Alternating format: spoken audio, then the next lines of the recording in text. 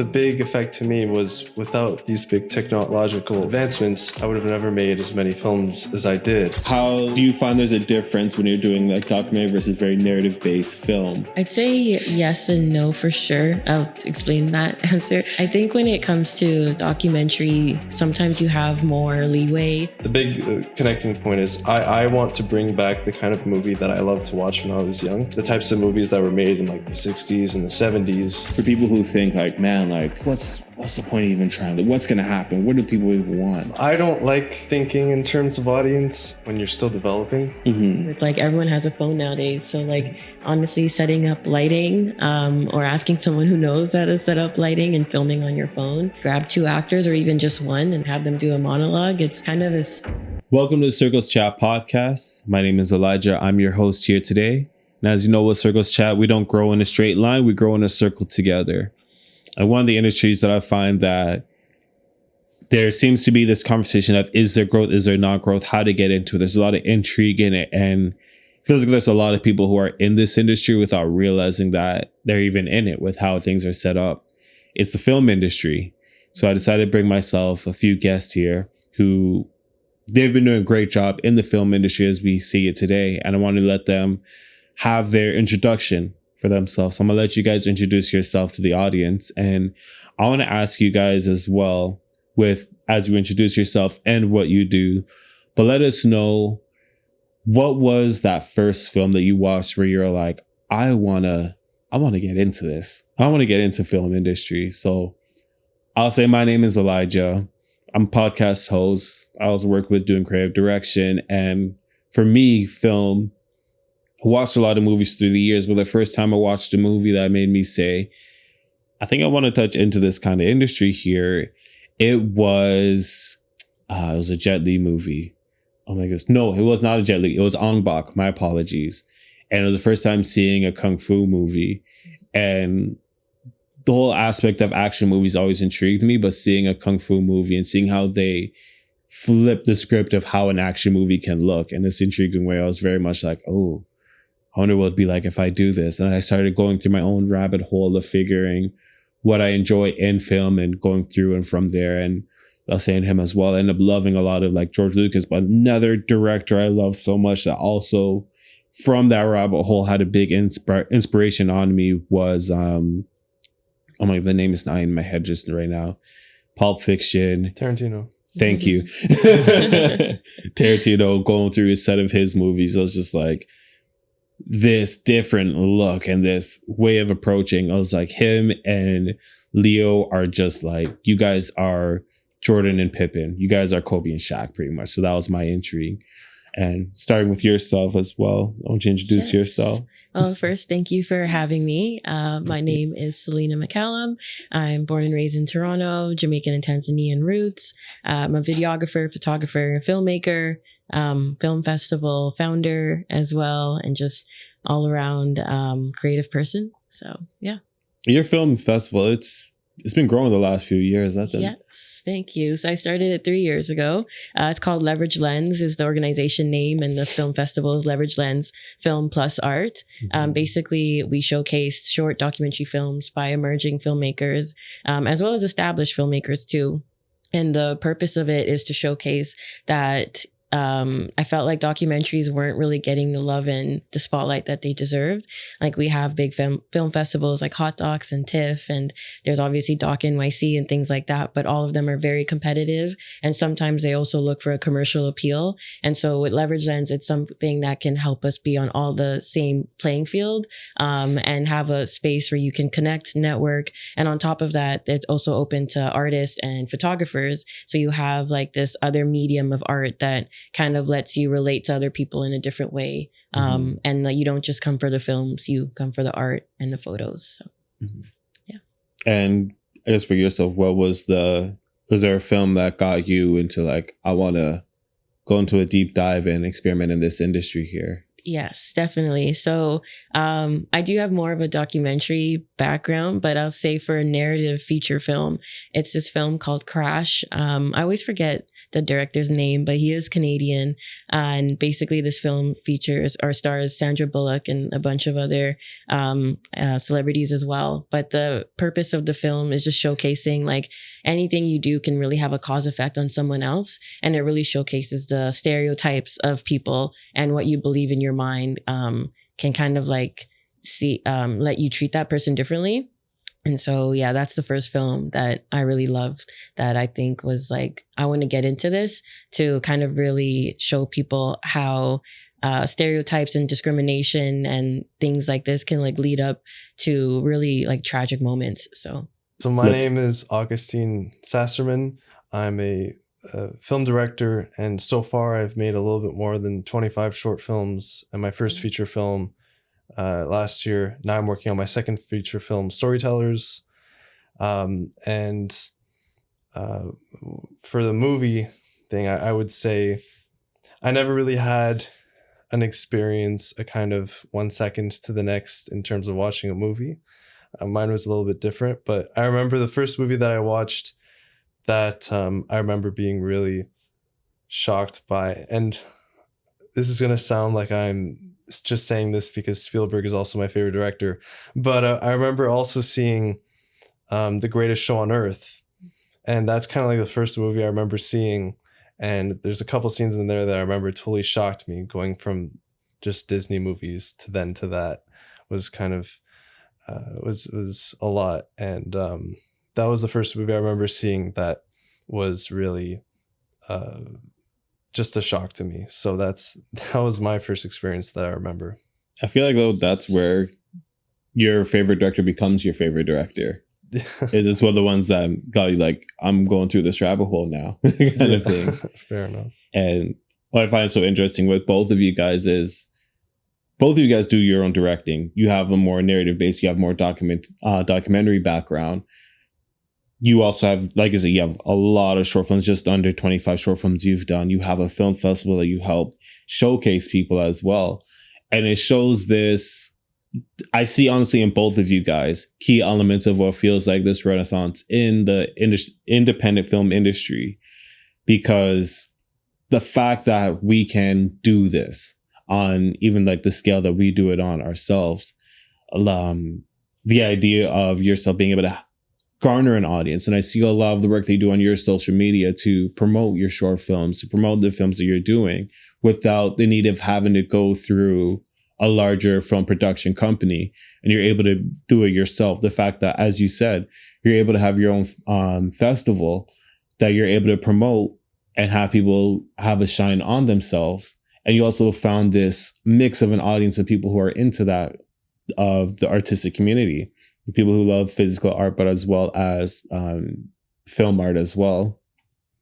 And being able to realize, okay, this is able to be done.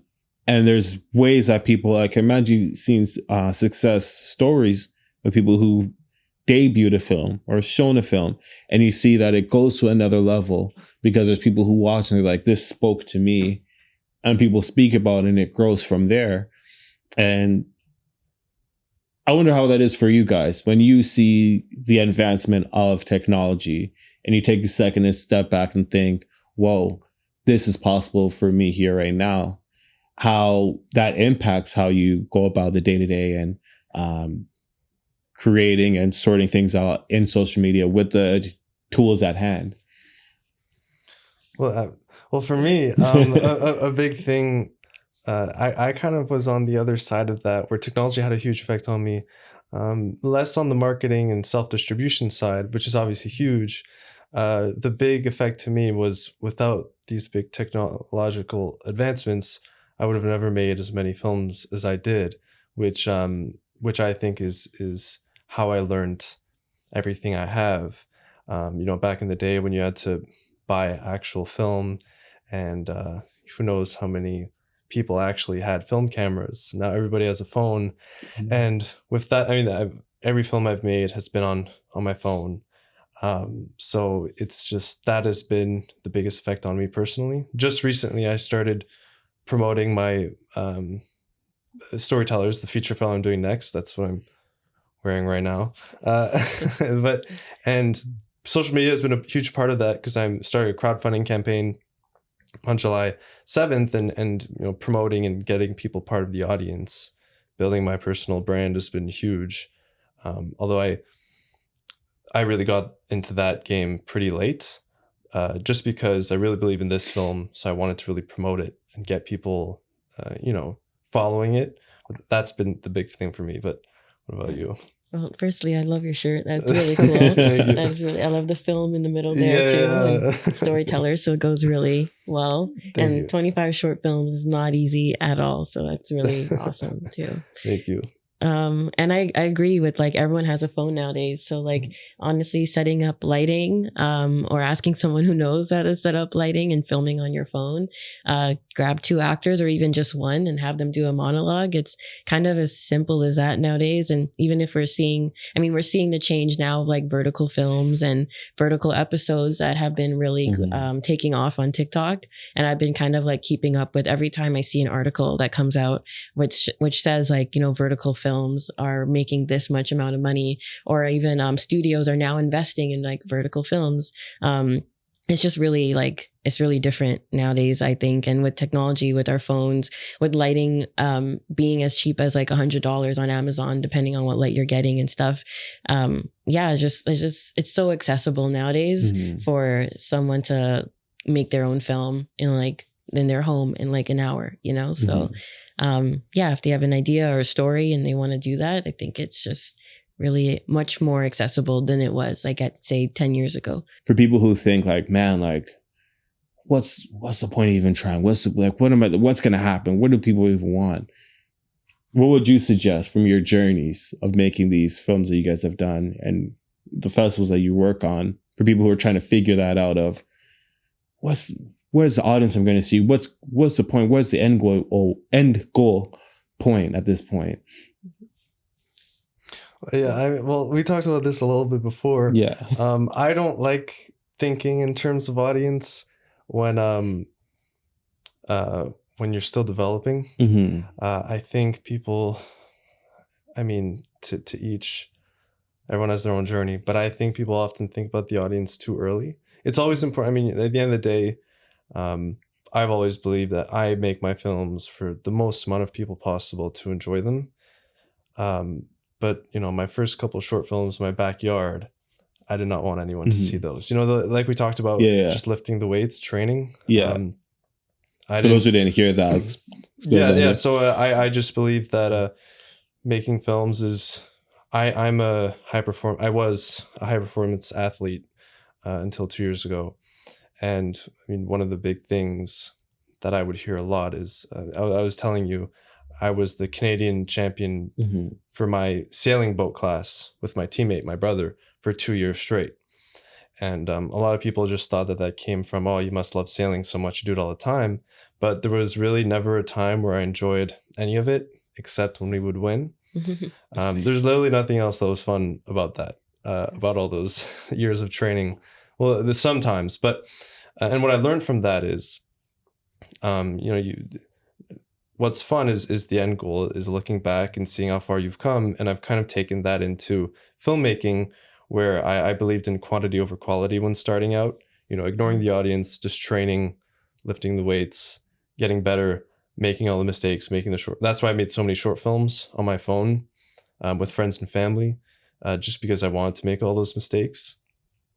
And now finally with my second feature film, Storytellers, I felt like I was finally at a point where, okay, I think I can actually do something that's really good. Now I want to get my audience in mind. That's why I started social media. I'm personally not a big fan of social media, but as a promotion tool for marketing, it's undeniable. It's incredible. So that's, for the first time, I started thinking about my audience, connecting with people who would be, supporters, people who would watch me make the film from beginning to end. So I really started thinking about the audience this year. That it's been a bit different for me. What would be for you? I think for myself, when I think of this question, what really resonated with me with your answer too was quantity over quality as well, because my first film I did was for my capstone in university. And it was, I can't even remember, I think we used like Canon T3Is at that time. And, you know, it was like, it's not the best looking film for myself. And it was also like audio, like just everything you can imagine that's like decent or mediocre, you know? And when I finished school, I decided to like continue it in the summer. So I shot like a few more interviews for it to kind of wrap it up a lot more. And then because of like, it's not up to standard, I didn't really get accepted into any film festivals. And I thought, you know what, I'm just going to put this on YouTube and do a little bit of a small social media campaign, like post 3 things saying here it's out and a trailer and whatnot. And that was about, I think, almost 5 years ago now.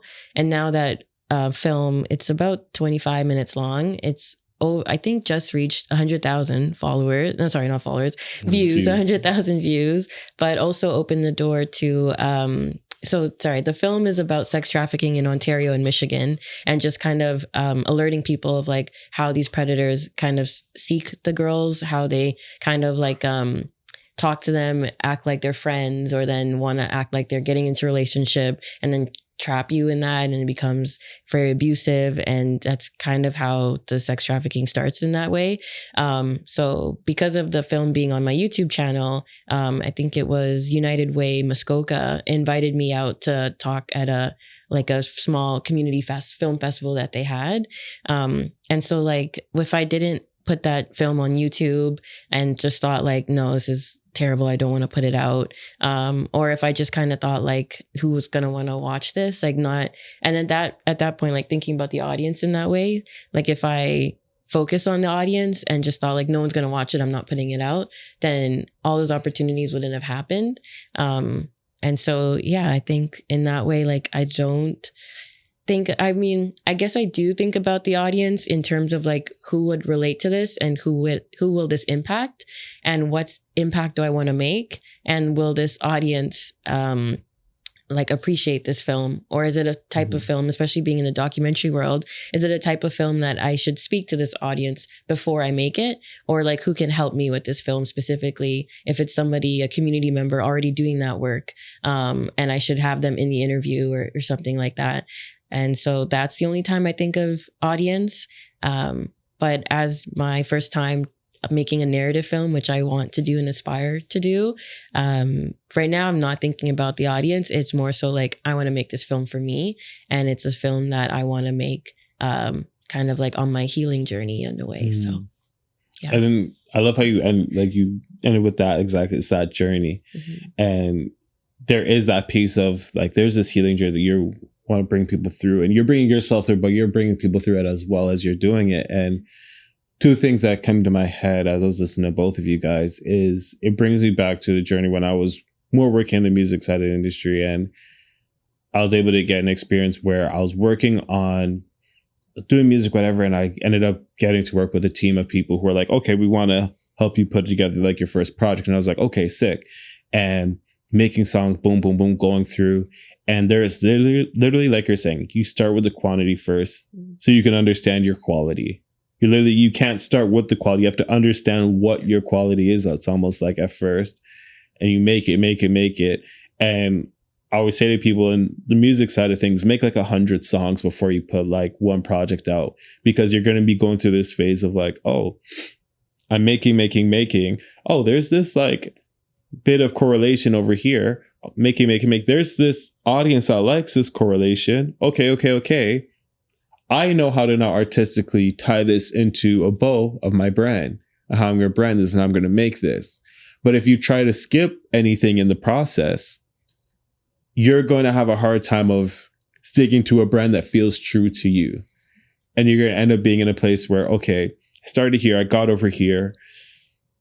How do I tie this part in here now? I got to start back at ground zero. And you being able to be like, okay, you know what?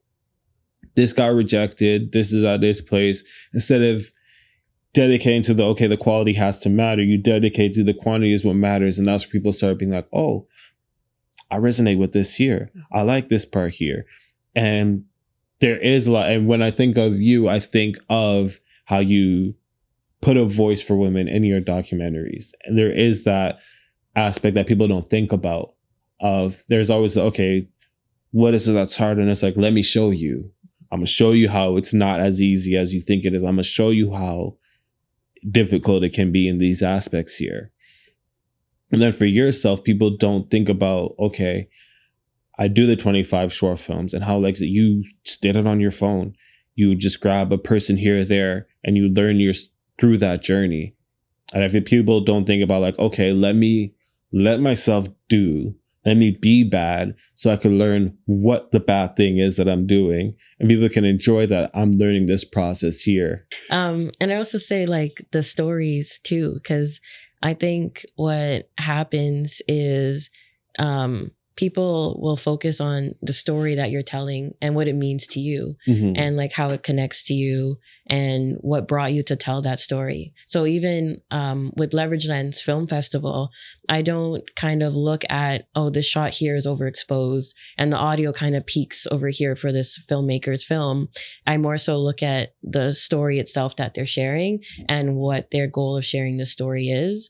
And that's what makes like a successful film in Leverage Lens. It's not looking at like it was shot by this award-winning cinematographer. The sound is done by like the best what do you call it? Like post-production company or agency in Toronto. It's more so like what they were able to do with their camera, with their phone, with their audio, with their crew. To tell a very like meaningful story. And I think like as they keep working, like that's when we get to like the films that are like incredible and amazing. And we are able to take that step where now we're making like longer films and we're just learning like how to do both in that sense. So yeah.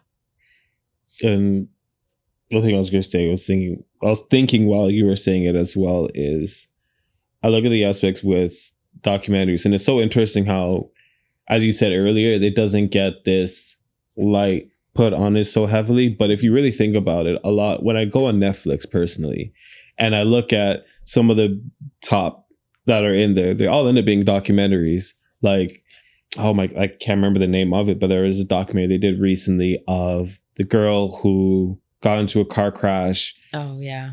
You guys know which one I'm talking about. Yeah, The Crash is... It is called The Crash, right? Yeah. There's that one, and they have a whole series called Untold of a bunch of documentaries. Yeah. People enjoy watch. People just like be like, oh, what's happening? What's the T8 here? And I remember even Vice is another one I remember seeing on YouTube that did a lot of great documentaries that intrigue people and bring people in. For that aspect, because one thing I wanted to get into, because you also were talking about the posting part and just not caring and you just post and you put things out there, is the fact that there is this sense of a story through the posting and just putting things out that people get attached to. How do you find there's a difference when you're doing like documentary versus very narrative based film of how to put that story out there for people? I'd say yes and no for sure. I'll explain that answer. I think when it comes to documentary, sometimes you have more leeway in like going with the flow and kind of just picking a day, location, you have your subject and you shoot and whatever happens kind of thing. I mean, sometimes you can prepare for things to happen. And I know like some documentaries are scripted in a way where like they know their subject is going to attend this event and what they're going after is for the subject to say this type of speech in this event. And that's kind of a little bit more scripted. So I think it's like a little bit of both where like documentary allows for more spontaneous, I'm going to say this word wrong, but it's more spontaneous. And narrative film, I'll let you speak to more narrative films because I am trying to do my first one. Hopefully this summer is what I keep saying, or at least into early next year. But I know narrative can be a little bit more difficult sometimes, or just, I don't know, let you speak on it. Yeah. Okay, can you repeat the question again? I didn't really... My apologies. But essentially with getting the story out there for people, as you just create and you get the story out there of the piece that you're making, right? What goes through your head when you're putting that out there in social media? Well, for me, it's I actually post in like a not a very good way. There's kind of a pretty. It seems like the same type of videos keep getting a lot of traction. The people, because for example, if I were to really take full advantage of social media, I'm pretty young. So I would go online and I would say, hey, nobody believed in me, but look at me now. I'm this young and I did all this, and like follow me if you want to see me continue to prove the whole world wrong. That seems to get a lot of traction. Every viral video seems to be that type of thing. I don't like doing that. I kind of like to just post in the very like, hey, here's what I'm doing. If you want to follow along, you can. So it's not very efficient actually. I honestly, Instagram kind of for me right now is like a portfolio a little bit, kind of like just documenting what I'm doing. I don't see myself doing that kind of more influencer type stuff. That's just me personally. I think that works though for you because it still feels very honest and it's still very portfolio based, but it is very intriguing when, like, I know when I came to your page, I was like, wow, like you did this at such a young age and you are such a young age yourself, but you don't overly repeat it in a way that doesn't come off genuine for you to where it's like, oh, this guy's just making it his crutch now. Like this is just everything that he is. You find that good balance of making that, but still showing your portfolio. And when you think about that's what, when it comes to finding a director, when it finds finding people in service, people want to find people in service that have a portfolio online as opposed to more so it's everything about themselves. Because I imagine yourself as a director, if I'm a producer looking for a director, I'm probably going to want to lean to someone that's in this kind of sense as opposed to just being like, get ready with me as a director. Yeah. I'm like, okay, this is great that you're getting ready with people, but what does your films look like? So I think that still works for you. And there is that story that you're showing there. Well, the really nice thing, I'm sure with you, I'm jealous of what you're doing because you're going into such specific niches, and I feel like you probably get a lot of very emotional reactions. People probably see your work like, oh my god, that is me, you know, she's telling my story or something. I think that's something that's really cool. But I am a very, you know, generic, I just want to make an adventure movie, you know what I mean? So I think it like what I get a lot is in terms of connections, that's what's been really great is connecting with people through social media. That I wouldn't, I'm so grateful for that. The amount of people who've reached out to me and say, hey, I love your take. The big thing is, the big connecting point is I want to bring back the kind of movie that I loved to watch when I was young. The types of movies that were made in like the 60s and the 70s, movies that Hollywood have kind of just glazed over. Yeah, it's the past. We loved it when we had it, but now we're chasing the next trend. I don't believe in that. I think if a movie like Jaws came out today, it would be the biggest hit by far of the year, and then Hollywood would be like, oh my god, we got to start making this type of movie again. You know what I mean? So that's my approach, and that's how what I connect with people, is people who have that same mentality, I guess, that same philosophy on filmmaking. But you know, before I want to ask you, just talking about documentaries, one of my dreams has always been to do like a National Geographic documentary. Yeah, I love documentaries awesome. so much. The whole idea of making a documentary and being, I don't know, just capturing moments. I want to capture, you know, nature, and I love it. But with documentaries specifically, I'm sure you've had so many people that have come to you and say, oh my god, I feel like my story has never been told before, and then I saw this, and you know what I mean? Because you tell really specific stories. Yeah. Thank you for that. It means a lot. So thank you. I think if I'm thinking of all my docs, they're usually either like social justice, or like they touch on a community you may have not known about, or like a story that can kind of like change your perspective on something. So like another film I did was on a mentor of mine. She's a journalist in the Caribbean and the Toronto community. And basically something she did in her 20s, like ended up getting her arrested in her 30s, and she was on house arrest for 5 years. And so like a story like that, it just kind of opens your mind to like how she turned her life around. And that's what I want most of my films to share with people, is like how you can turn your life around, or how you can do something different or see someone in a new light. And I feel like even with narrative films, feature films, like saying that you want to do, or you are doing more like adventure action type of films, that could inspire someone to like book that next trip that they've been holding out on, you know, and like make that, do that Europe trip, or like go across Asia because they saw like this adventure film and the character they kind of like that spoke to them and wanted to kind of be that character, you know? So that's what I love about filmmaking too, is just like, you never know and how it's going to inspire somebody and how it's going to like get them to take that next step, as you were saying, like when a film can just inspire someone or inspire a whole community to do something.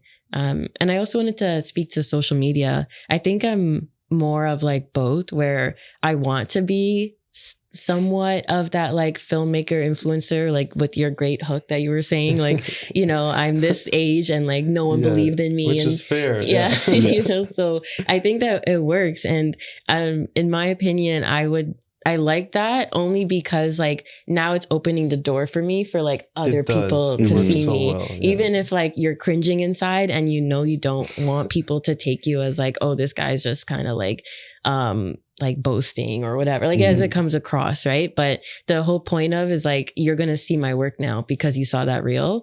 And like there's this videographer I just followed. She's from the UK. I think her name is Naomi. She did a whole behind the scenes video of her filming Alicia Keys, and like that came across my timeline, and she filmed it so well of the behind the scenes, but she's also providing advice in the video. Like at one point she says, I let the backstage crew know that there's a specific shot I want to get of Alicia Keys, and I let people know that ahead of time, and I say it as many times as possible so they all know to like get out of my way so I can shoot Alicia Keys like walking from her dressing room onto the stage. And like just seeing that like inspired me, because I'm like, yeah, like speaking up for yourself, being assertive, like even though you're like, not even though, but being a woman in videography sometimes can like be a little more difficult, and like especially when I come across more shy sometimes and a lot more timid, and so like for me to speak up for myself, it kind of takes a lot, and so watching her do that was like, oh, that's amazing. And now I think like because of that video, and because it's about Alicia Keys as well, and that's like some videographers' dreams of wanting to be around that celebrity presence and shooting big concerts, like her followers have been like skyrocketing because of that. And so like I love social media for that reason, and I love the whole like trends that you see, and like I try to jump on some of them sometimes and like film myself or try to film behind the scenes videos when I can, but yeah. I think I was gonna get to is I love how both of you guys are like, there's something I'm getting from you right there, right? And what I love with the social media part, what you're making remember, as you mentioned Jaws, was there was actually, it was a random American director. He had a film concept and he was doing crowdfunding for it. And it happened to touch my social media page, and I was just following it through a whole journey. And he was doing, it was kind of like a modern day version of Shaft, almost, if you think about it. So Shaft is like, it was like an action movie. It was like a original like comedy, like black like action movie. It was very original of its time. And he was doing a concept that was like it, mixing that with Superfly. And he was just doing concert reels, but it was in a way where he was showcasing the character. So he would have the actor be in character and like typical social media like videos. So you think of like the interviews, you think of like little skits, whatever, and they were always in character doing these things. And I'm like, this is so cool. This is so interesting. And he would end it being with like, I'm working on this film. If you really like enjoy the concept, I have a GoFundMe in my bio. And I was very attached to it. And it reminds me when I look at, you're mentioning the vertical reels, like vertical films. There's one that I see today of it's in a coffee shop, and it's just like, it's almost like the person who's working there is interacting with very out there personalities, like in a comedy kind of way. And it gets me so into these videos where I'm like, this is so funny what you're doing. If I end up seeing that Crave or Netflix or whoever picks this up and I'm seeing this as a TV show, I'm going to watch it now because I'm so intrigued by this. And I think I was thinking, actually, I'll get to the second part in a little bit there, but I was just interested you brought that up and what you were saying with the influencing and the social media aspect. It does give this extra advertisement aspect for us as creatives. Yeah. It's the modern billboard. Yeah, literally. Yeah, but for free. Yeah. It's just getting the time to be able to be like, okay, we're going to create this. And I see people who do social media campaigns. That was when I realized, oh, social media, there are people who have kits for like, they'll be like, okay, this is our 30-day kit. This is what we're going to do. Boom. All of these, post this that day, that day, that day, that day. And I was like, whoa. Like, I don't even know how like people, they end up thinking of like this. We're going to go through the whole process there. But it's very inspiring. It's like, okay, we're able to get through with that. And you're mentioning as well with the documentary side of things, there's that piece, there's that aspect that people are able to get into there of so many opportunities, so many ways of going about it, of getting things added in there. I guess what I'm trying to get to and say with that and what we're talking about with social media and how it's its own ad workplace there, it shows how that's what films ended up being. If you think about it at the beginning, they were advertisements of something in some kind of way. They were their own way of bringing people in, and people end up buying things, that people end up investing in a film and being like, hey, can you just show Coca-Cola in the movie there? And that's where that extra piece comes in from there. But when you think about when you're doing your own stuff and so forth, like with your own styles, I guess with how you're explaining, it's very interesting how you find your own ways of bringing that in, and that influence, as you're saying, kind of ideology is a new kind of format. It's interesting of seeing how you guys do it. And the difficult thing about that, you hear a lot of the term going around of the bar has lowered so much, which it has. You know, you can something that's really big. I mean, the biggest thing with all these platforms is obviously we talked about how the technology, you can now shoot your own stuff for free. Yeah. But now you can also go directly to the audience, without a gatekeeper distributor. You don't have to go through. You can just post on YouTube or whatever. The problem with social media, though, and that kind of thing is because now everyone has access. It also becomes harder because everybody has access. Yeah. So it's this like paradoxical thing where, you have all. It's almost like to me, the reason why I started social media, I really didn't want to, but because it's so oversaturated. At this point, if you don't do it, you're just at such a disadvantage. You're not stopping yourself from getting to where you'll be, but you're slowing it down a lot. So the thing with the bar lowering so much is you now have to work so much harder than everyone else. Like we were talking earlier this morning, I was doing some social media stuff, and it's got to be a part of your game plan now, unless you're literally behind. But back in the day, if you did one short film on film on your little camera, you were ahead of, I mean, I don't know, but it's probably ahead of a lot of people. But I mean, if you think about it too, it's like there's two thoughts I'm thinking of with what you said, but one of it is I look at how treating social media a similar way of when I look at certain things in certain films, it's almost like instead of doing the McDonald's Happy Meal toy, or you'll see like, when I think about like, pretty much this comes from an idea I thought of like, I just love how it came about that we had a whole conversation about George Lucas, sorry. That I thought, what would he do if he was to start Star Wars today? And I'm like, he would probably definitely have a whole bunch of reels of Yoda. The person who made Pokemon would probably start with a whole bunch of reels of Pikachu. And I think about it as a sense of the whole mascot ideology and campaign that we probably grew up on for a good part, that's become just straight social media. And where the bar gets lower, like you're saying, where it has and the low hanging fruit gets lower, there's still the fruit at the top that ends up like there's a fruit that's at the top there that we end up going back to of like, I just saw like 1,000 videos, but yours was one that stood out. There's a point that you said there that I think is really interesting. Something that I think is like the most under talked about thing right now, which is the merchandising. Yeah. Right. I mean, back in the day, movies would come out and the Star Wars, whatever it is, the Star Wars lunchbox, the whatever lunchbox came out months before the movie actually came out.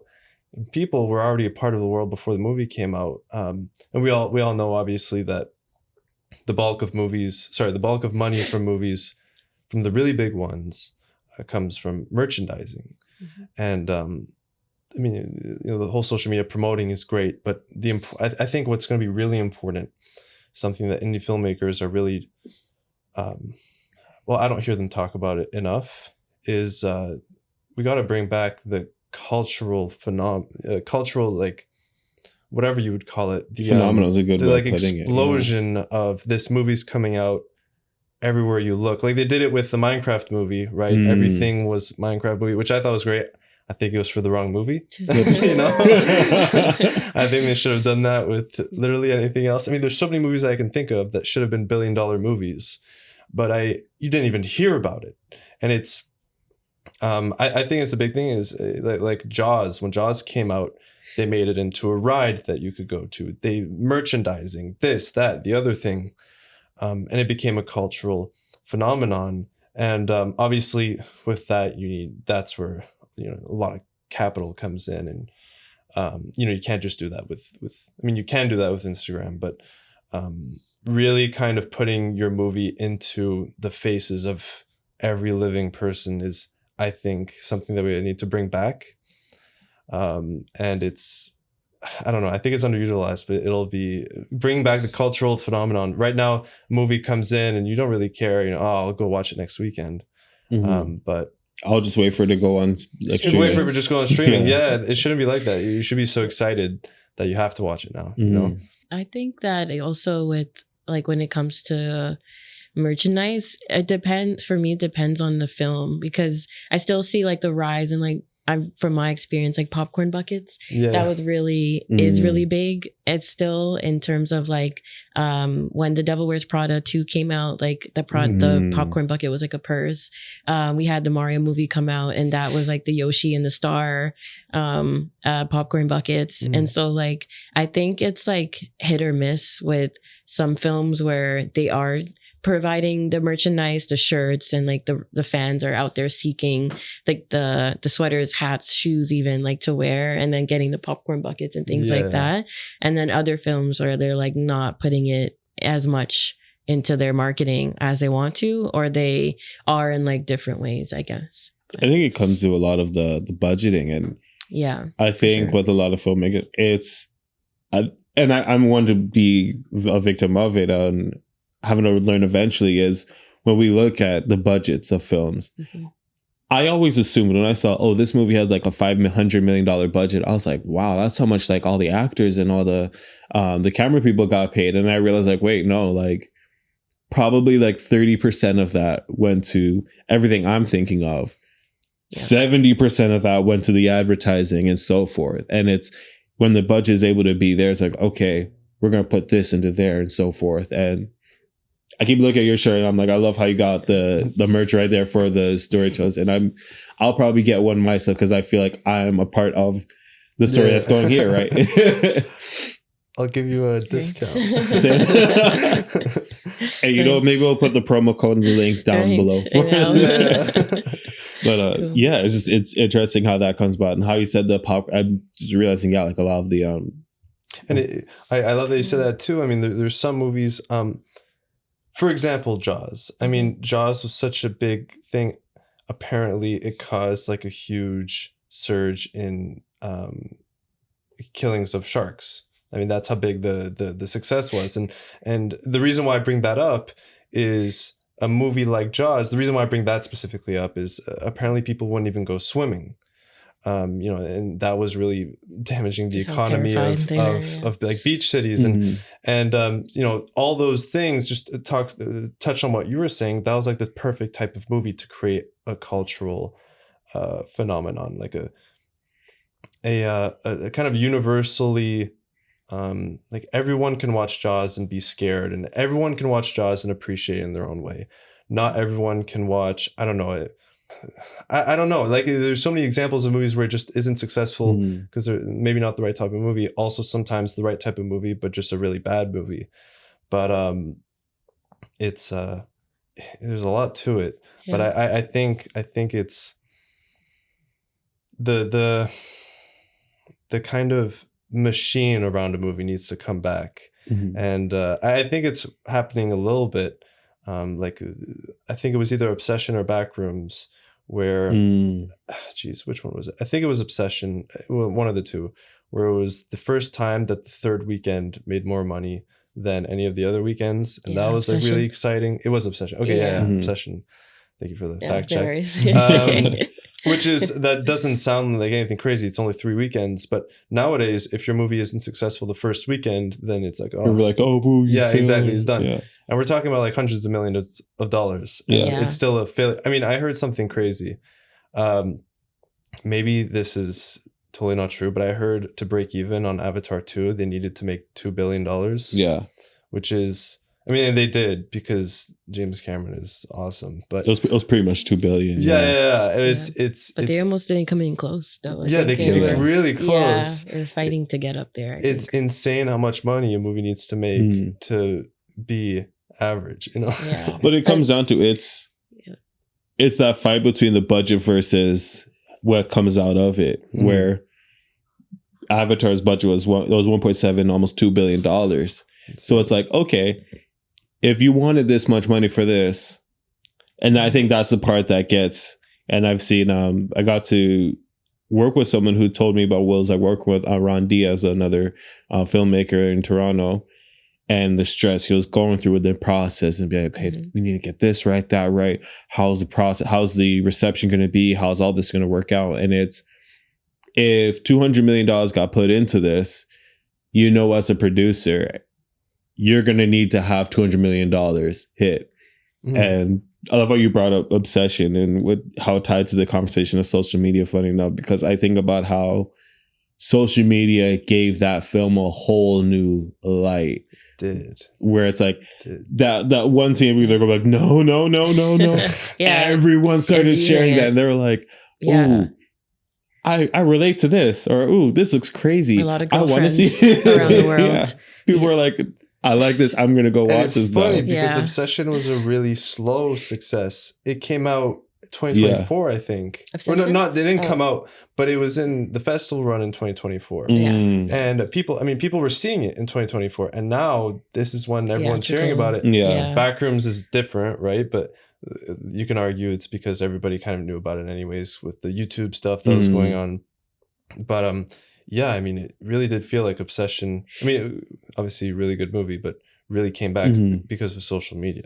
Yeah. And even with the director, I'm really bad at names, but with the director, like he was already making short films, horror films with his friend on YouTube for a really long time before he made Obsessions. And they made that film for like $750,000 with a grant that they got, or like a competition that they won or something like that.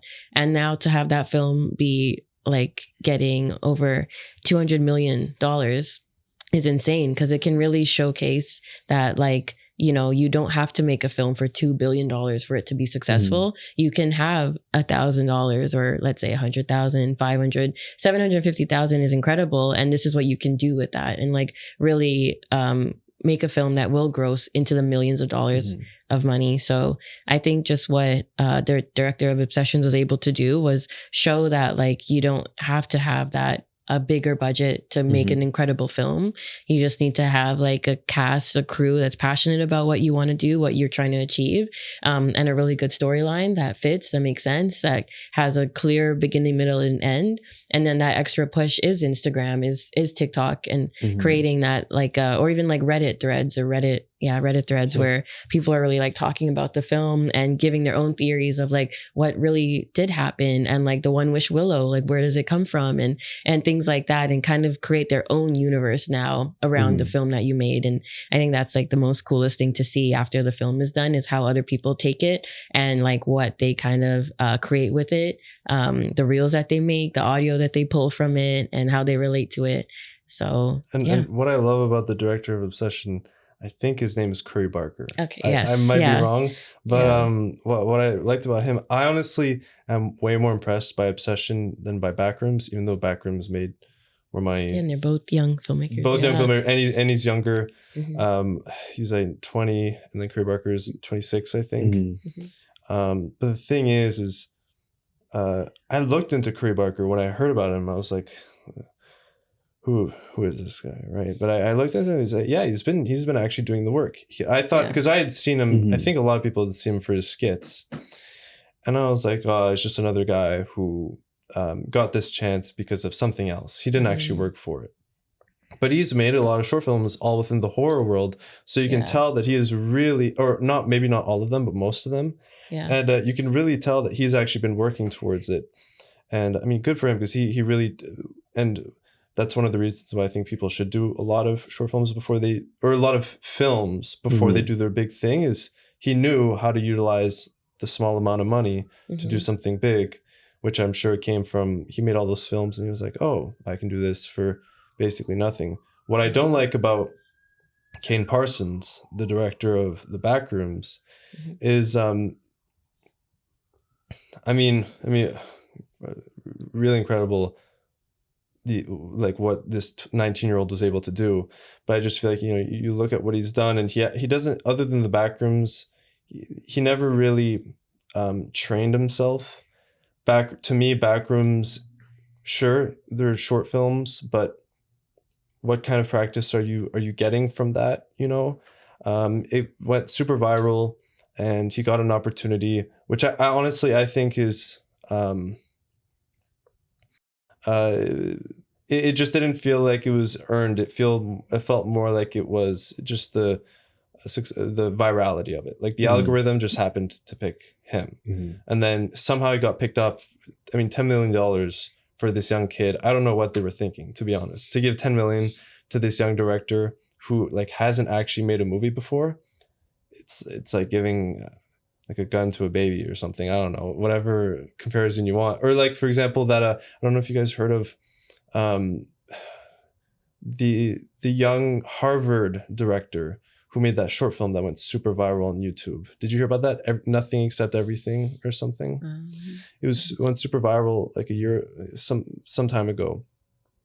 And then him too, he got picked up by he's making a movie produced by Darren Aronofsky, who he did, a bunch of huge movies.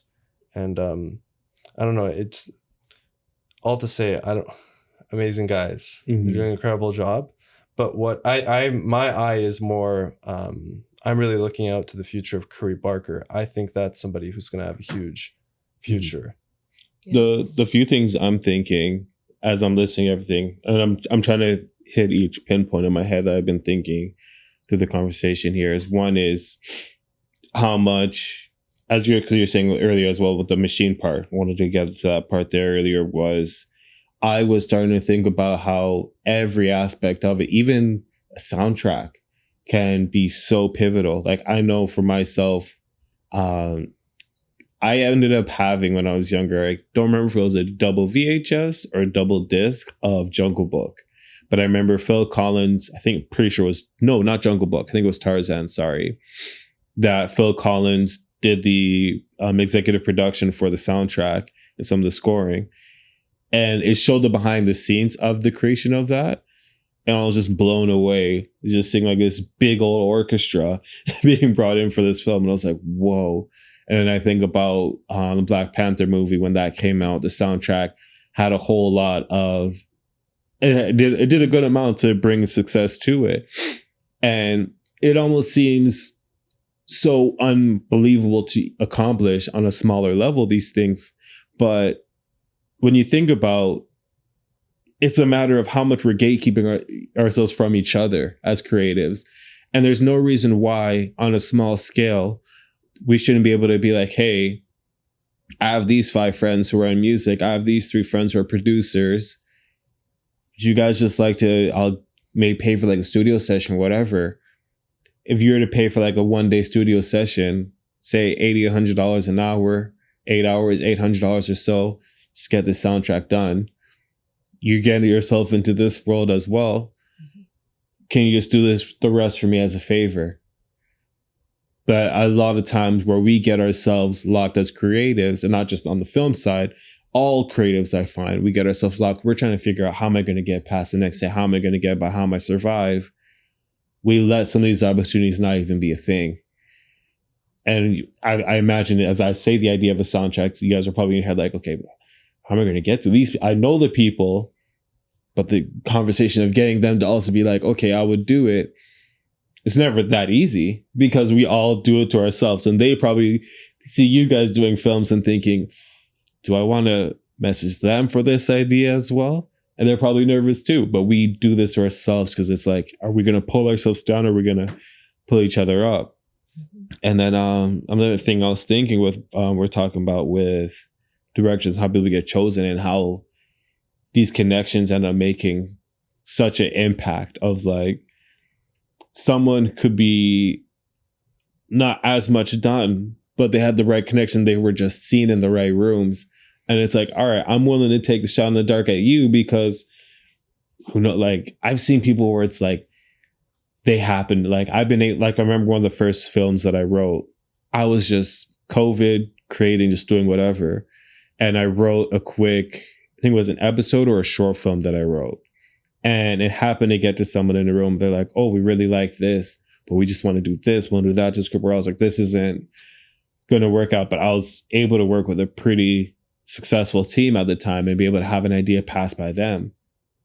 No reason that can happen, but these little things end up mattering in the process of everything essentially within the industry. Mm.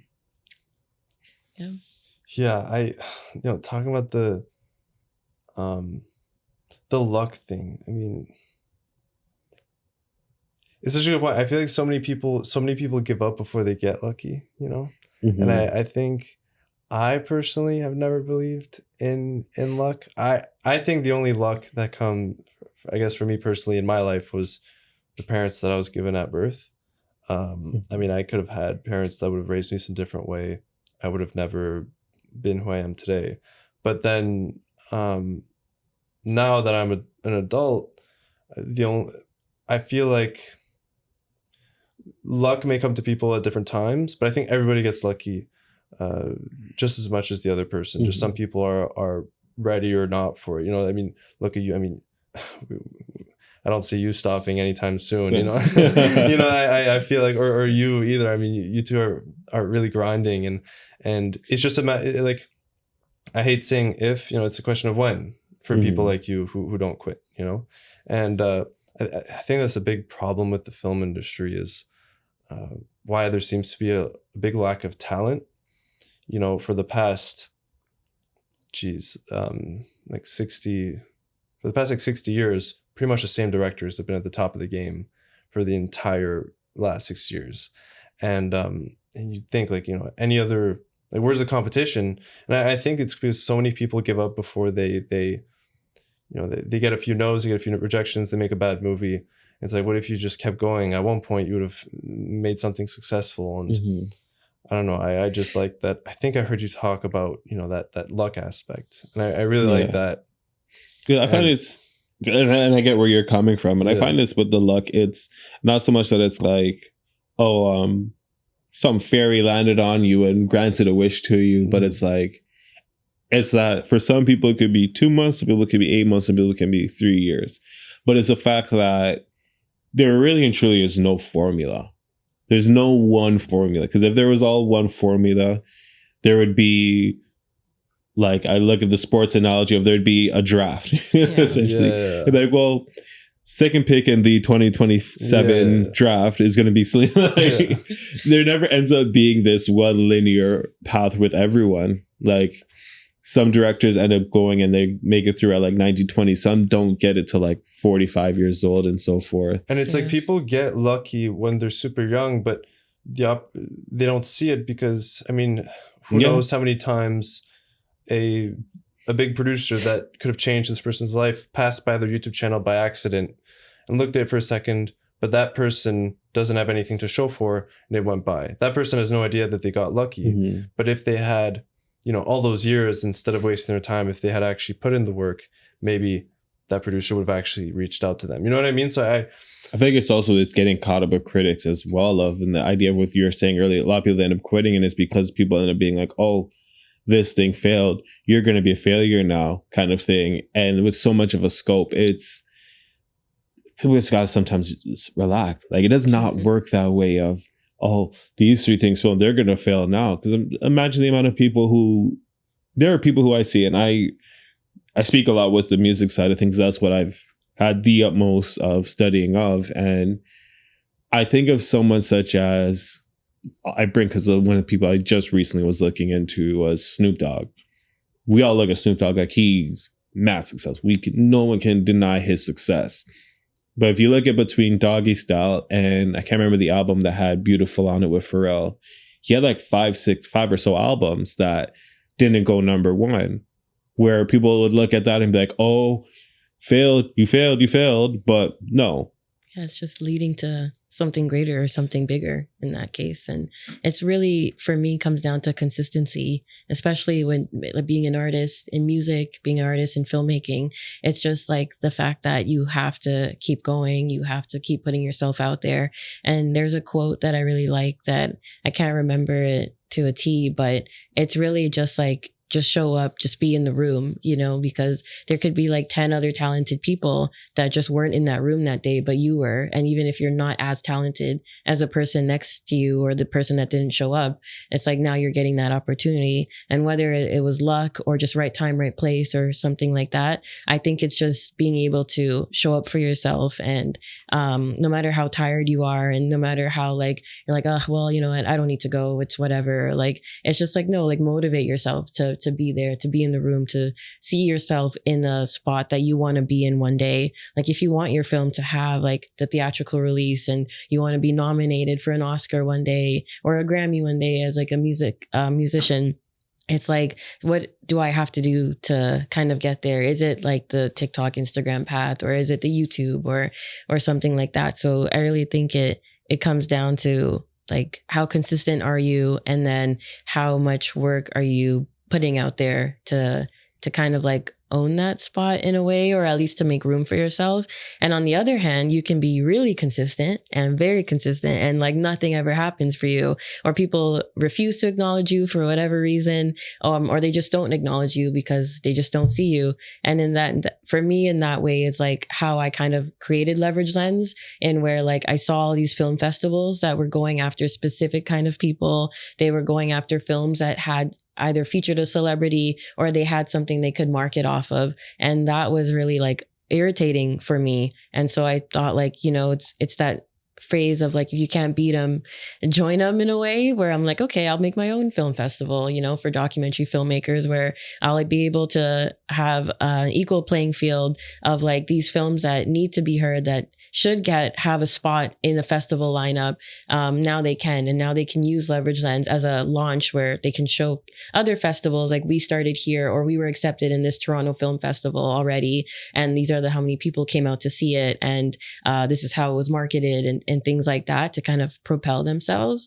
So I really just think it's like showing up and doing the work. And then on top of that, I think to your point where some people quit before it even happens. I know there was, I think, Samuel L. Jackson, where I've been seeing this quote and post on Instagram very recently, where like Pulp Fiction was the film that actually broke his career, and he was 48 at the time. So like from being an actor, doing all these things all the way up until, not all the way up, but you know, until you're 48 years old, it's like he probably thought like, this is not going to do anything for my career. I'll just do it. Or I finally landed this part and let's just see what happens. And that's what made him like an incredible actor today. And there's also another actor I read about that said he would stop at 29, or he thought that once he hits 30, it's over for him. But at 36 is when he got his breakout role. And I can't remember which actor that was.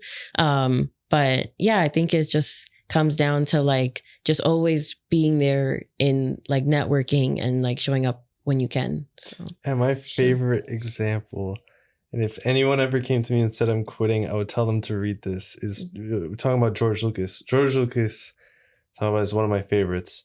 And one of the things I love about him is he probably has the craziest early career of any filmmaker I can think of, where I'm not going to go into the details, but very basically, I don't know how much you guys know, but just very simple, tip of the iceberg. He made his first feature film called THX 1138. And it was such a big flop. It was so bad that there were a lot of financial repercussions. The studio losing all their funding for like other films, and they just went to an insane amount of financial trouble after that film. And from that, not only that, they were also or George Lucas, I mean, we all know when you go to an investor or anyone, even cast, crew, whatever, to tell them, hey, we want to make this movie with me, what do they ask about? Well, can I see your past work? And when your first feature film, when your past work is a huge failure, that kind of destroyed your production company. And you're not going to get anything done. So he made this first feature film and somehow still pushed through and got funding through an insane amount of hard work for his next feature film, American Graffiti. And that ended up being the most profitable movie ever made up until that point. And I feel like any sane person would have quit after that first film. I mean, I really encourage anyone to read up on George Lucas's early career. So inspiring. That specific story with his first feature film really suggests you read up on it. There's a lot more to it that makes it really funny and crazy. But I mean, if somebody like that can push through, and you can go from having a really terrible film to getting a lot of funding for your next one and then make that be a huge success, and there's really no reason for quitting. No's in every industry are scary, and the bigger the no is, the bigger the disappointment, that's like, for lack of a better word, feels. It's scarier and scarier and scarier, to where it can feel like a sleep paralysis figure essentially in your room. And it's figuring that I'm going to get through it, I'm going to work through it. And there's a thing I've seen where you just have to have such a blind faith in yourself of working on it. And I was going to touch on with what you're saying with the film festival before I lose it. But it's one of the things that I've been realizing recently is the distribution factor as well with films. It's not as intimidating as you look. Like, you have your film festival that people can reach out to you and get their films on. There's the fact of, I'm realizing that there are so many theaters that are willing to put on a short film. It's like, hey, if you have a film, you can guarantee at least say this amount of people. It's not different from hosting an event. Hey, you have this, you can bring this much people, come and bring them through.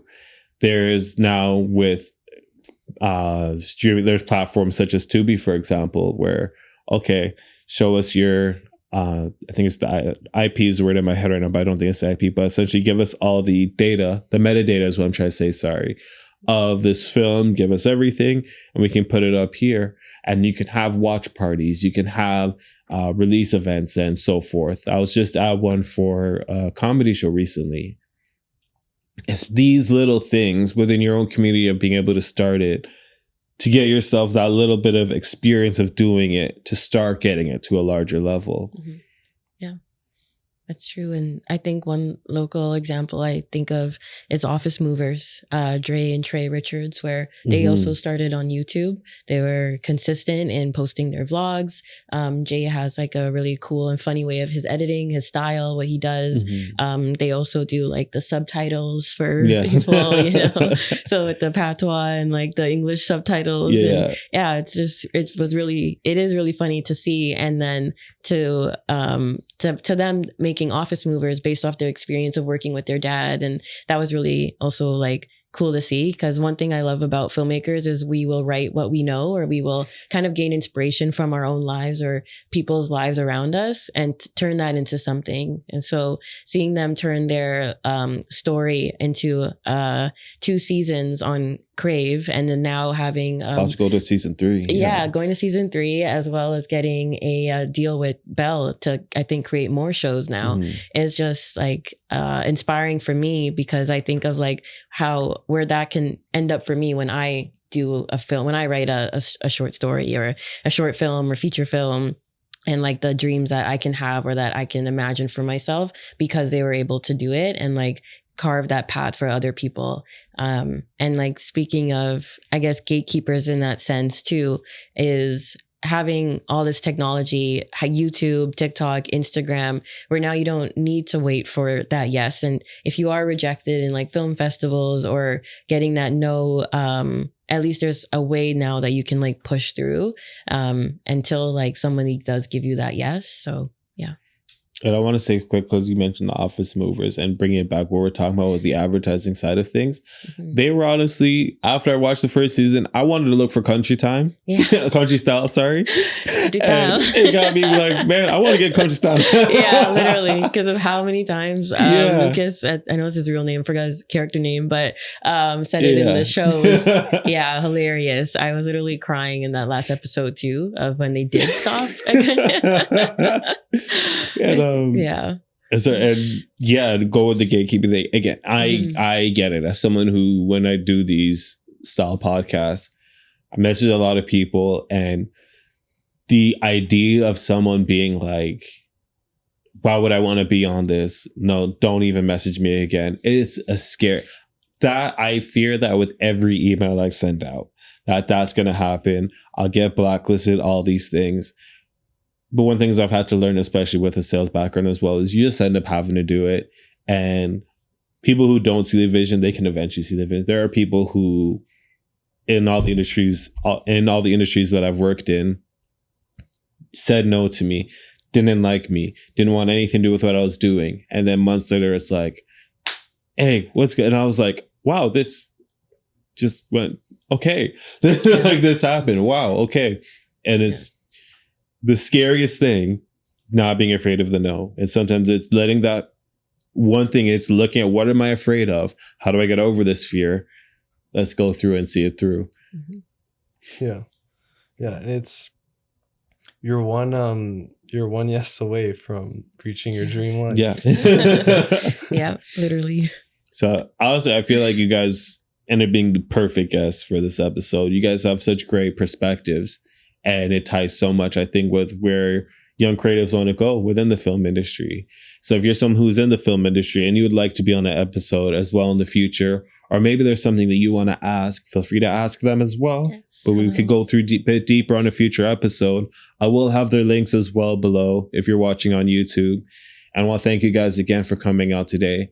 Thank you all for listening. Please feel free to subscribe, because that's how the algorithm knows that you guys are enjoying this. Share the clips when you see them. Have a wonderful rest of your day. Peace.